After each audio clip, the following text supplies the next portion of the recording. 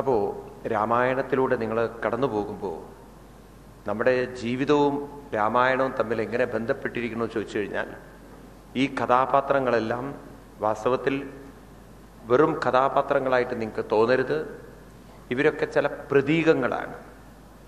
അപ്പം ഇവരിലൂടെ വേണം നമുക്ക് നമ്മുടെ ജീവിതത്തെ മനസ്സിലാക്കാം. നമുക്ക് ഇതൊക്കെ പറഞ്ഞു തരാൻ വേണ്ടിയിട്ട് ഓരോരോ രംഗങ്ങൾ ആവിഷ്കരിച്ചിരിക്കുകയാണ്.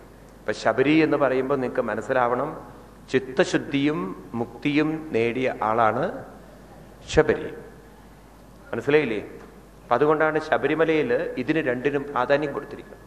നോക്കൂ, അത് ചെയ്തിരിക്കുന്ന ആളുകൾ വളരെ കൃത്യമായി ചെയ്തിട്ടുണ്ട്. 41 ദിവസം വ്രതം കൊണ്ട് ചിത്തശുദ്ധി. അത് കഴിഞ്ഞ് ശബരിമലയിൽ എത്തിക്കഴിഞ്ഞാൽ അവിടെ ഇരിക്കുമ്പോൾ ഉണ്ടാകേണ്ടുന്ന അനുഭൂതി, മുക്തി, തത്വമസി. അപ്പം ആ ശബരി എന്നുള്ള വാക്കുകൊണ്ട് അർത്ഥമാക്കുന്നത് ചിത്തശുദ്ധിയും മുക്തിയും സമന്വയിപ്പിച്ചിരിക്കുന്ന ഒരു പ്രതീകാത്മക രൂപമാണ്, ആവിഷ്കരിച്ചിരിക്കുന്ന രൂപമാണ് ആര്? ശബരി എന്നുള്ള. അപ്പം ശബരി എന്ന് പറയുമ്പോൾ നിങ്ങൾക്ക് ഓർമ്മ വരേണ്ടത് ഇത് രണ്ടുമാണ്. ഇപ്പം ഈ 41 ദിവസം വ്രതമെടുക്കണം എന്ന് പറയാൻ കാരണം എന്തിനാണത്? ചിത്തശുദ്ധിക്ക് വേണ്ടിയിട്ടാണ്. അപ്പം അന്ന് ജപിച്ച് ജപിച്ച് ജപിച്ച് ജപിച്ച് ജപിച്ച് മനസ്സിൻ്റെ വേണ്ടാത്ത ചിന്തകളുടെ ശക്തി കുറച്ച് ശബരിമലയിൽ എത്തുമ്പോൾ തീർച്ചയായിട്ടും 18 പടി കയറിക്കഴിഞ്ഞാൽ, ആ 18 പടി എന്നത് കല്ലിൻ്റെ പടി അല്ല. അത് 18 എന്നത് സാങ്ഖ്യശാസ്ത്രത്തിൻ്റെ ഭാഷയാണ്. ഈ 18 സാങ്ഖ്യശാസ്ത്രത്തിൽ 18 എന്ന് പറയുന്നത് 5 ജ്ഞാനേന്ദ്രിയങ്ങളും 5 കർമ്മേന്ദ്രിയങ്ങളും 5 പ്രാണനും മനസ്സ്, ബുദ്ധി, അഹങ്കാരം. അപ്പൊ 18ആയി. മനസ്സിലായില്ലേ? എങ്ങനെ നോക്കിയാലും ഈ വാക്ക് രസമാണ്. ഈ 18 എന്നുള്ളത് വളരെ ബ്യൂട്ടിഫുൾ ഒരു നമ്പറാണത്. 1, 8 ഇതാണ് 18. 1 എന്നത് പരമാത്മാവും 8 എന്നത് പ്രകൃതിയും. അപ്പോഴും 18ആണ്.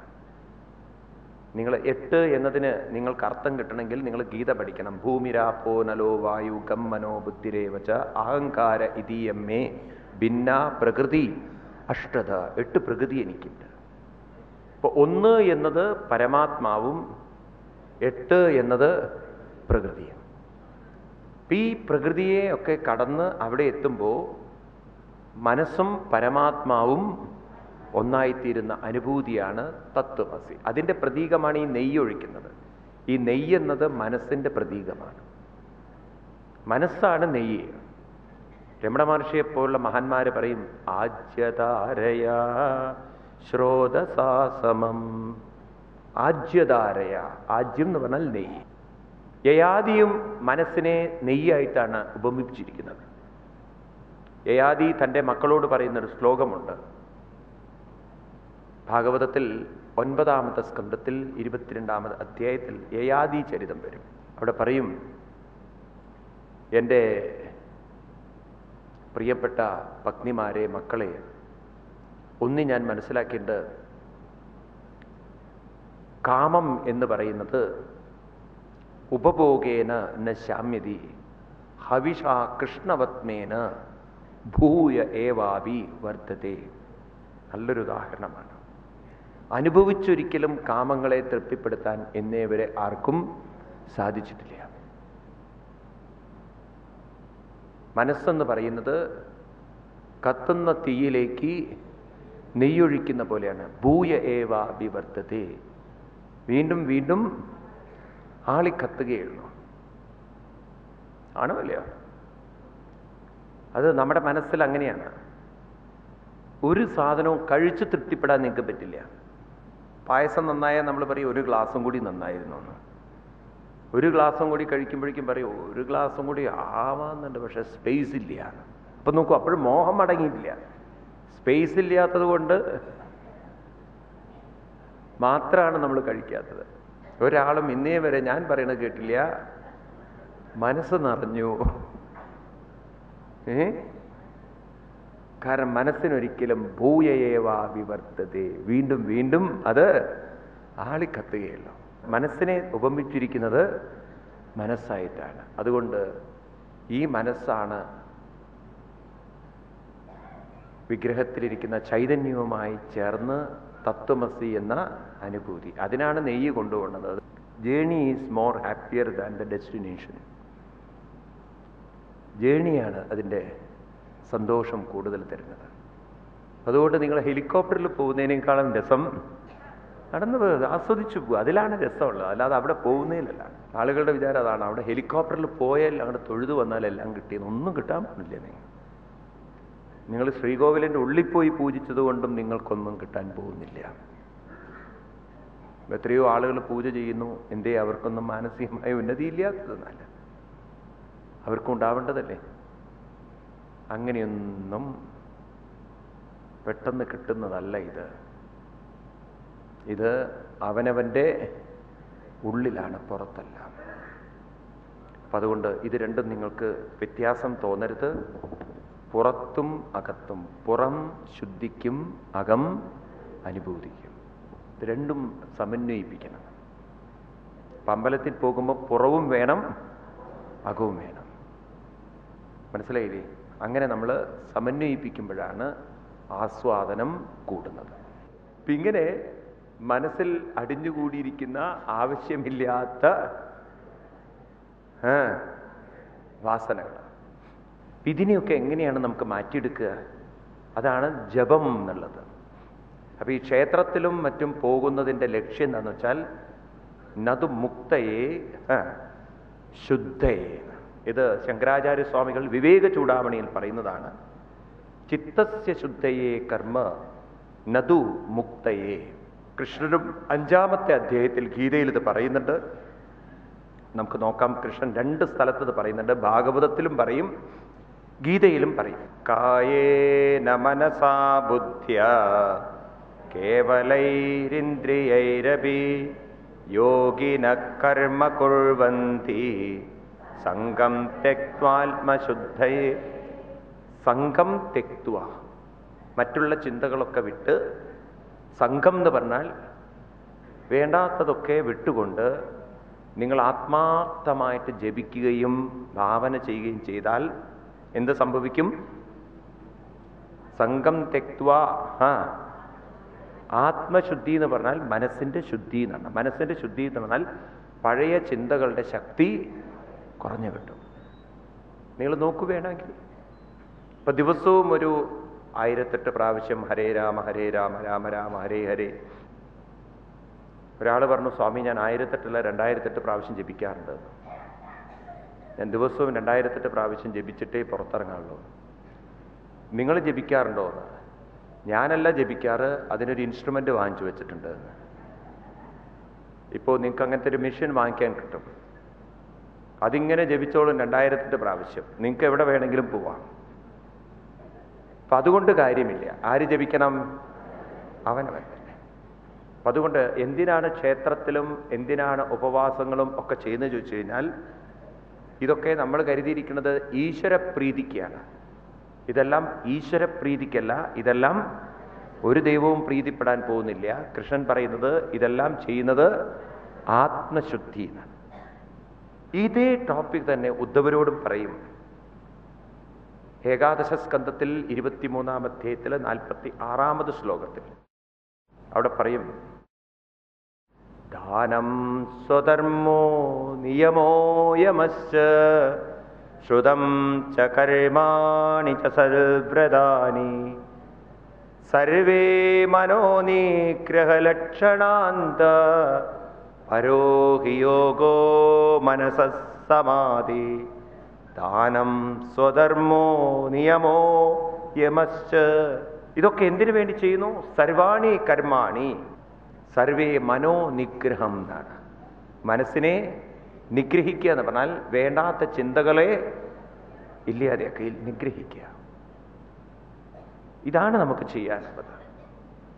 ഇപ്രകാരം അങ്ങനെ ചെയ്യാൻ സാധിച്ചാലേ ശുദ്ധിയുള്ളൊരു മനസ്സുകൊണ്ടേ മുക്തി അനുഭവിക്കാൻ സാധിക്കും.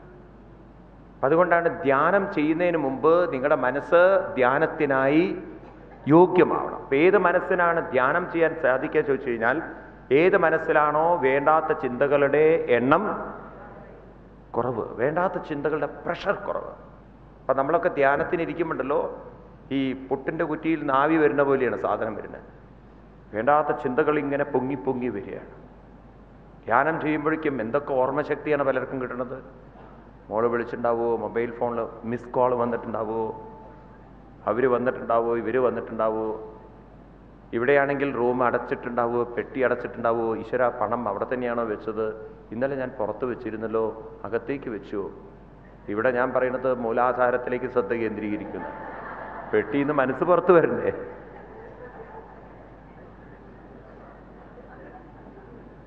ആകെ 2000 രൂപയേ ഉള്ളൂ. പക്ഷെ പറഞ്ഞിട്ട് കാര്യമില്ലല്ലോ. അത് പുറത്താണോ അകത്താണോ എന്നുള്ള ചോദ്യം. അങ്ങനെയൊന്നും മനസ്സ് നിങ്ങളെ പെട്ടിയിൽ നിന്ന് പുറത്ത് കൊണ്ടുവരിക്കില്ല. പെട്ടിയിലാവുന്നത് വരെ മനസ്സ് പെട്ടിയെക്കുറിച്ച് ചിന്തിക്കും. മനസ്സിലായില്ല? അവസാനം പെട്ടിയിലാകുമ്പോൾ അതോടുകൂടി ചിന്തകളൊക്കെ നിന്നു. അതുവരെ പെട്ടിയെക്കുറിച്ചും പട്ടിയെക്കുറിച്ചും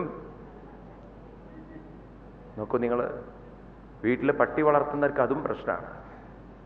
ധ്യാനത്തിലിരിക്കുമ്പോഴാവും പട്ടിയുടെ വാല എവിടെയോ തൊടുന്നത് പോലെ. കൊതുകായിരിക്കുമെന്ന് തൊടുന്നുണ്ടാവുക, പക്ഷെ അവർക്ക് പട്ടിയുടെ വാല് തൊടുന്ന പോലെ തോന്നും. പട്ടിയുടെ സുന്ദര മുഖം ഓർമ്മ വരും. മനസ്സിലായില്ലേ? പട്ടി ചിരിക്കുന്ന പോലെ തോന്നും. ഇതൊക്കെയാണ് ധ്യാനത്തിനുണ്ടാക്കുന്ന. ഭാഗവതത്തിൽ ഭരതന്റെ കഥ പറയുമ്പോൾ പറയും, പാവം ധ്യാനത്തിരുന്നാൽ ഓർമ്മ വരുന്നതൊക്കെ മൃഗയണ കളയപരം എന്നാണ്. ആരുടെ? മാനന്റെ രൂപ മനസ്സിൽ വരുന്നത്. കാരണം അതിനെ കുറിച്ചാണ് കൂടുതൽ അദ്ദേഹം ചിന്തിച്ചത്. നിങ്ങൾ വിചാരിക്കേണ്ട പട്ടിയെ വളർത്തിക്കഴിഞ്ഞാൽ പട്ടി അവിടെ കിടക്കുന്നു. പട്ടി അവിടെയല്ല കിടക്കുക, മനസ്സിൽ കിടക്കും. അത് അങ്ങനെയൊന്നും പട്ടി നിങ്ങൾ വെറുതെ വിടുന്ന പ്രശ്നമില്ല. അതുകൊണ്ടാണ് പണ്ടുള്ളവർ പട്ടിയെ അകത്തും കുട്ടിയെ പുറത്തും ആക്കാതിരുന്നത്. ഇപ്പോൾ ഉള്ളവർ എന്ത് ചെയ്തു വെച്ചാൽ കുട്ടിയെ പുറത്തും പട്ടിയെ അകത്തുമാക്കി. അതുകൊണ്ടോ ഏതാ ഇതില്? നിങ്ങളൊരു വീട്ടിൽ കയറി ചെന്നാലുണ്ടല്ലോ, അവിടെ പട്ടി ഉണ്ടെങ്കിൽ നിങ്ങളെന്താ ഗേറ്റിൽ നിന്ന് വിളിച്ചു പറയുക? പട്ടി ഗേറ്റിൻ്റെ അടുത്തേക്ക് വന്നു കഴിഞ്ഞാൽ വീട്ടിലുള്ള ആളോട് എന്താ പറയുക? ആ പട്ടിയെ ഒന്ന് വിളിക്കൂ എന്ന്. അങ്ങനെ ഒരു ഭാഷയുണ്ടോ? പട്ടിയെ ഒന്ന് അകത്തേക്ക് വിളിക്കൂ എന്ന്. ആ അകത്തേക്ക് എന്നുള്ള ഭാഷ വിട്ടുപോയാൽ പിന്നെ പട്ടിയെ വിളിക്കൂ എന്നാണ്. നോക്കൂ, ആ വീട്ടുകാരൻ്റെ മുഖത്ത് നോക്കി പട്ടിയും നിങ്ങൾ പറഞ്ഞില്ലേ? കുറെ കഴിഞ്ഞാൽ മനസ്സ് നിങ്ങളെ വെറുതെ വിടില്ല. അതുകൊണ്ട് നമ്മളെപ്പോഴും തസ്മാ ജാഗ്രത. എന്താ ജാഗ്രത? എൻ്റെ കൂടെ ഒരു മനസ്സ് യാത്ര ചെയ്യുന്നുണ്ടെന്നും ഈ മനസ്സിൻ്റെ ചിന്തകൾക്കനുസരിച്ചിട്ടാണ് എൻ്റെ പുരോഗതിയെന്നും നമ്മൾ തിരിച്ചറിഞ്ഞു. All your developments are depends upon your thoughts, your mind. അതുകൊണ്ട് മൈൻഡ് യുവർ മൈൻഡ്. നമ്മളിപ്പോൾ മറ്റുള്ളവരോട് പറയുന്നത് മൈൻഡ് യുവർ ബിസിനസ് എന്നാണ്. എൻ്റെ കാര്യം നോക്കാൻ നിങ്ങളാരാ മനുഷ്യ? ഞാൻ തന്നെ നോക്കിക്കൊള്ളാം എൻ്റെ കാര്യം. മനസ്സിലായില്ലേ? നമ്മളോട് ഋഷിമാർ പറയുന്നത്, കൃഷ്ണൻ പറയുന്നത് മൈൻഡ് യുവർ ഹെഡ് എന്ന് എഴുതി വെക്കാറില്ലേ ചിലയിടത്ത്? അമ്പലത്തിൽ എവിടെയെങ്കിലുമൊക്കെ തല കുനിക്കേണ്ടതുണ്ടെങ്കിൽ അവിടെ എഴുതിക്കും മൈൻഡ് യുവർ ഹെഡ് എന്ന്. ഇതേപോലെ കൃഷ്ണൻ നമ്മളോട് പറയുന്നത് മൈൻഡ് യുവർ മൈൻഡ്. കെയർഫുള്ളാണ്. അപ്പം എങ്ങനെ കെയർഫുൾ ആവുക? ഒരു ആൻറ്റിബോഡി നമ്മളെപ്പോഴും മൈൻഡിന് കൊടുത്തുകൊണ്ടിരിക്കണം, ആൻറ്റിഡോസ്. അതാണ് ഭഗവാൻ പറയുന്നത്. ഇതുകൊണ്ടൊന്നും എന്നെ കിട്ടുന്നില്ല എന്ന് പറഞ്ഞു കഴിഞ്ഞാൽ നിങ്ങളുടെ മനസ്സിനെ ശുദ്ധീകരിക്കാൻ വേണം. ശുദ്ധി കൊണ്ട് ശുദ്ധിയുള്ള മനസ്സിനെ എന്നിലേക്ക് അർപ്പിക്കുകയും വേണം, ലയിപ്പിക്കുകയും വേണം. അപ്പോഴാണ് പ്രോപ്പർ പ്രോസസ്സാണ്. ഏത് കാര്യത്തിലും അതിൻ്റെതായ പ്രോസസ്സ് ഉണ്ട്. ഇപ്പം നിങ്ങൾ ചപ്പാത്തി നന്നാവണം എന്നുണ്ടെങ്കിൽ അതിൻ്റെ പ്രോസസ്സാണ് അതിനെ ഒന്ന് ഇടിച്ച് നിരപ്പിലാക്കുക എന്നുള്ളത്, ഇടിച്ച് പാകപ്പെടുത്തുക. അതിനെത്രത്തോളം കുഴച്ച് പാകപ്പെടുത്തുന്നുണ്ടോ അത്രത്തോളം അതിനെ നല്ലൊരു ചപ്പാത്തിയേക്ക് ചുടാൻ സാധിക്കും. നിങ്ങളതിൻ്റെ കുഴക്കൽ ശരിയല്ലെങ്കിലോ, കുഴക്കൽ ശരിയല്ലെങ്കിൽ ആ ചപ്പാത്തിയും ശരിയാവില്ല. ഇതേപോലെയാണ് നിങ്ങൾ ഒരു ദോശ ഉണ്ടാക്കുമ്പോൾ മാവ് നന്നായിരിക്കണം, വേണമല്ലേ? ഏതിനും ഒരു പ്രോസസ്സ് ഉണ്ട്. ആ പ്രോസസ്സ് ശരിയാണെങ്കിൽ അതിൻ്റെ റിസൾട്ടും ശരിയാണ്. ഇതേപോലെ നമ്മുടെ ആത്മീയ പുരോഗതിയിലും രണ്ട് കാര്യങ്ങളുണ്ട്. ഒന്ന് പ്രോസസ്സാണ്, രണ്ടതിൻ്റെ എക്സ്പീരിയൻസ് ആണ്. ഈ പ്രോസസ്സാണ് ആത്മശുദ്ധി എന്ന് പറയുന്നത്. അതിൻ്റെ എക്സ്പീരിയൻസ് ആണ് ഫീലിംഗ് എന്ന് പറയുന്നത്. എന്ത് ഫീലിംഗ്? ഞാനും ഭഗവാനും ഒന്നാണെന്നൊരു ഫീലിംഗ്, ഒരു ടുഗദർനെസ്, ഒരു ക്ലോസ്നെസ്, ഒരു വൺനെസ്, ഒരു എന്താ പറയുക, യൂണിയൻ. ആരുമായിട്ട്? ഭഗവാനുമായിട്ട്. ഒരു ഇൻഫിനിറ്റ് പവറിൻ്റെ ഭാഗമാണ് ഞാനെന്നും ഞാൻ എപ്പോഴും ആ പവറിൽ കണക്റ്റഡ് ആണ് നമ്മളൊരു ഡീപ്പ് കോൺഷ്യസ്നെസ്, ഡീപ്പ് അവെയർനെസ്. ഇപ്പം നമ്മുടെ ഉള്ളിൽ ഇത് വരണം. ഒന്നായ നിന്നൈഹ രണ്ടെന്നു കണ്ടളവിൽ ഉണ്ടായൊരിണ്ടൽപദമിണ്ടാവതല്ല മമ പണ്ടേ കണക്കേ വരുവാൻ നിൻ കൃപാവലികൾ ഉണ്ടാകയെങ്കിലിഹ നാരായണായ നമ. ഒന്നായ നീ രണ്ടായി മാറി. വീണ്ടും എങ്ങനെ വരണം? ഒന്നായി വരണം. ഇത് കല്യാണത്തിന് ശേഷം പാടാനുള്ളതാണോ? പണ്ട് ഞാൻ ഒന്നായിരുന്നു, ഇപ്പോൾ ഞാൻ രണ്ടായി, വീണ്ടും പണ്ടേ കണക്കേ. അതാണോ ഇത്? കല്യാണത്തിന് ശേഷം പാടാനുള്ളതല്ലത്. ഇവിടെ രണ്ടായിരിക്കുന്നത് ഏതൊരു അനന്തമായ ശക്തിയിലാണോ മനസ്സുണ്ടായിരുന്നത്, അന്നൊന്നായിരുന്നു. അതിൽ നിന്നും വേർപിരിഞ്ഞപ്പോൾ മനസ്സും പരമാത്മാവും രണ്ടായി, വീണ്ടും ഒന്നായി. ഒരു ഫീലിംഗ് വരണം. ഞാനും ഭഗവാനും അതൊരു ഫീലിംഗ് ആണ്, അതൊരിക്കലും നിങ്ങളുടെ അറിവല്ലത്. അതുകൊണ്ട് അതിനെ വാക്കുകളെ കൊണ്ട് പറയാൻ പറ്റില്ല. തീ തൊട്ട് കഴിഞ്ഞാൽ നിങ്ങളും തീയും ഒന്നാണെന്ന് നിങ്ങൾക്ക് വാക്കുകളെ കൊണ്ട് പറയാൻ പറ്റുമോ? തീ തൊട്ട് കഴിഞ്ഞാൽ അതിൻ്റെ ചൂട് തൊട്ടിട്ട് പറയാണ്, ഇപ്പോൾ ഞാനും ചൂടും ഒന്നാണ്.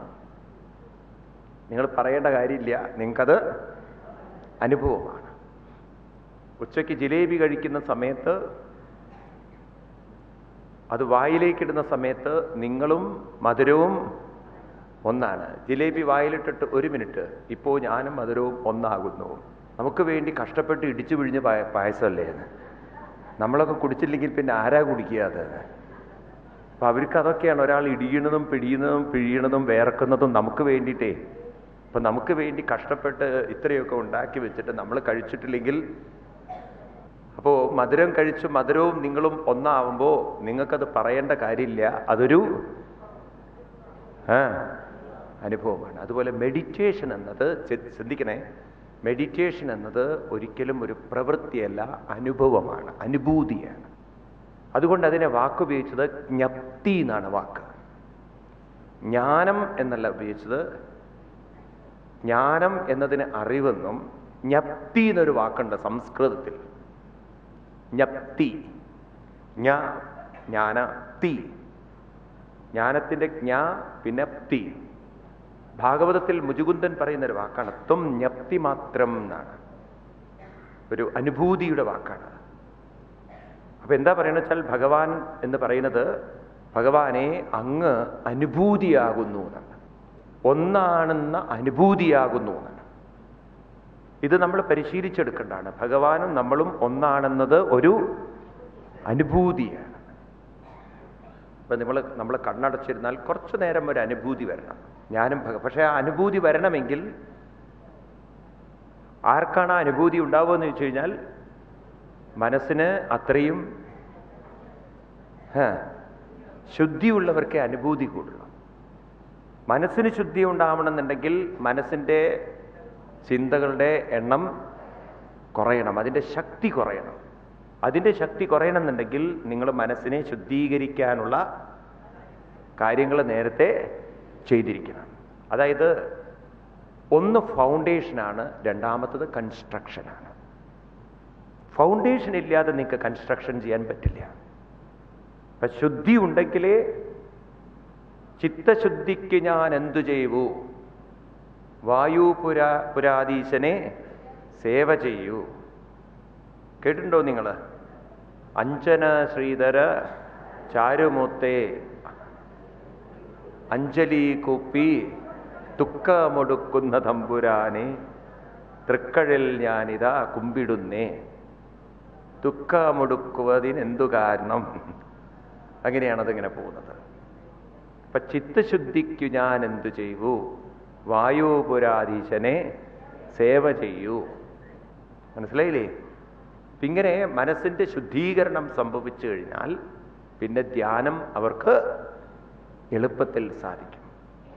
ഇത് രണ്ടും മനസ്സിലാക്കിക്കൊള്ളണം. ഒന്ന്, ക്ഷേത്രദർശനം, തീർത്ഥാടനം തുടങ്ങിയതൊക്കെ നതു മുക്തയെ, പക്ഷേ എന്തിനാണ്? ശുദ്ധയെ. അപ്പൊ ഇപ്രകാരം ശ്രീരാമസ്വാമി പറയുന്നതാണ്. പിന്നെ പറയും, അതിനാണ് സജ്ജന സംഘം. നോക്കൂ നിങ്ങൾ, ഭക്തിയുടെ ആദ്യത്തെ ആരംഭം ശ്രീരാമസ്വാമി ശബരിയോട് പറയുന്നത്, ആദ്യത്തെ ഭക്തിയുടെ ലക്ഷണം എന്ന് പറയുന്നത് സത്സംഗമാണ്. അത് നമുക്ക് നഷ്ടപ്പെട്ടു. മുഖ്യ സാധനമല്ലോ സജ്ജന സംഘം. പിന്നെ മത് കഥാലാപം. നോക്കൂ, ഇവിടെയൊക്കെ നിങ്ങൾ നോക്കൂ, ഒരു ക്ഷേത്രത്തിൽ തൊഴുതു പോകുന്നതാണ് മുഖ്യം എന്നല്ല പറഞ്ഞത്. നമ്മൾ അവിടെ നിന്നാണ് തുടങ്ങിയത്. അതാണ് നമ്മൾ റോങ് ആയി തുടങ്ങിപ്പോയി. നമ്മൾ തുടങ്ങേണ്ടിയിരുന്നത് കുട്ടിക്കാലത്തെ സത്സംഗങ്ങളിലൂടെ തുടങ്ങേണ്ടത്. എന്തിനാണ് അമ്പലം, എങ്ങനെയാണ് അമ്പലത്തിൽ പോകേണ്ടത്, എന്തിനാണ് ഇത്രയധികം ദൈവങ്ങൾ. അപ്പൊ നമുക്ക് കുട്ടിക്കാലത്തെ മനസ്സിലാകുമായിരുന്നു ഇത്രയൊന്നും ദൈവങ്ങൾ ഇല്ല, ഇതെല്ലാം ഗുരുക്കന്മാരാണെന്നും ഉപാസന ചെയ്യാനുള്ള രൂപങ്ങളാണെന്നും. ഇപ്പം 3 രൂപത്തിൽ നമ്മൾ കാണണം അതിനെ. ഞാൻ കഴിഞ്ഞ ദിവസം പറഞ്ഞു, പക്ഷേ ആ ടോപ്പിക് എടുത്തില്ല ഞാൻ. ഹനുമാൻ സ്വാമി ശ്രീരാമസ്വാമിയോട് പറഞ്ഞു എന്ന് പറയുന്ന ഒരു ഡയലോഗ് ഞാൻ പറഞ്ഞു നിങ്ങളോട്. ദേഹബുദ്ധ്യാത്തു ദാസോഹം, ജീവബുദ്ധ്യാത്തു അംശോഹം, ആത്മബുദ്ധ്യാത്തു ത്വമേവ അഹം. പറഞ്ഞത് ഓർക്കുണ്ടോ നിങ്ങൾ? അപ്പോ പറഞ്ഞു വരുന്നത് 3 തരത്തിൽ നമ്മൾ കാണണം. ഗുരുവായി കാണണം, ഉപാസനാമൂർത്തിയായി കാണണം, ആത്മാവായി കാണണം. ഇങ്ങനെ നമ്മൾ 3 തലത്തിലും കാണുമ്പോൾ നമുക്ക് അതുകൊണ്ട് മാനസികമായ ശുദ്ധീകരണം എളുപ്പത്തിൽ സംഭവിക്കും. ഇപ്പോൾ നമ്മൾ കാണുന്നത് ദൈവമായിട്ടാണ്. ശരിക്കും ഹിന്ദുമതത്തിൽ അങ്ങനെ ദൈവസങ്കല്പം ഇല്ല. അത് നമ്മൾ തെറ്റായൊരു ഭക്തി അച്ഛനമ്മമാര് നമ്മുടെ ഉള്ളിൽ അടിച്ചേൽപ്പിച്ചു പോയി. പുരി, കൊണാർക്ക്, രാജാറാണി, ഭുവനേശ്വർ തുടങ്ങിയ 15ഓളം ക്ഷേത്രങ്ങളിലേക്ക് ഒരു പുണ്യയാത്ര 2014 ഫെബ്രുവരിയിൽ. ജീവിതത്തിൽ ഒരിക്കലെങ്കിലും കണ്ടിരിക്കേണ്ട ഈ ഭാരതീയ പുണ്യക്ഷേത്രങ്ങളിലേക്ക് നിങ്ങൾക്ക് സ്വാഗതം. കൂടുതൽ വിവരങ്ങൾക്ക് Govind apartments, Kalathiparambil road, Cochin 16. Telephone 9446362477, 9446326477.